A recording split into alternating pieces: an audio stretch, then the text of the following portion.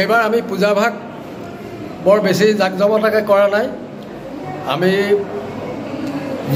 আমাৰ শ্ৰদ্ধাৰ অসমৰ সকলোৰে প্ৰিয় শ্ৰদ্ধাৰ জুবিন গাৰ্গৰ মৃত্যুৰ কাৰণে আমি তেখেতক শ্ৰদ্ধা জনাই আমি এবাৰ পূজাভাগ অনুষ্ঠিতভাৱে পাতিছোঁ।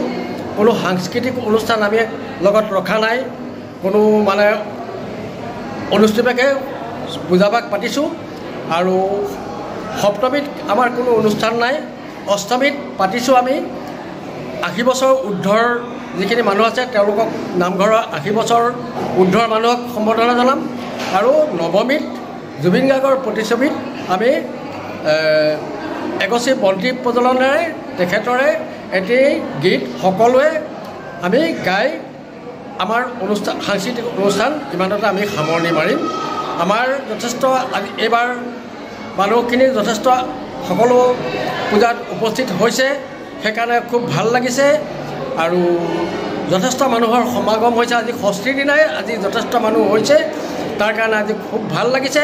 আৰু সকলোকে আমাৰ এই সকলো এটাইকেইদিন কেইদিন সপ্তমী, অষ্টমী, নৱমী, দশমী 4 দিনতে আমাৰ অনুষ্ঠানত ভাবি সহযোগ কৰিবৰ কাৰণে আমি সকলোকে অনুৰোধ জনালোঁ।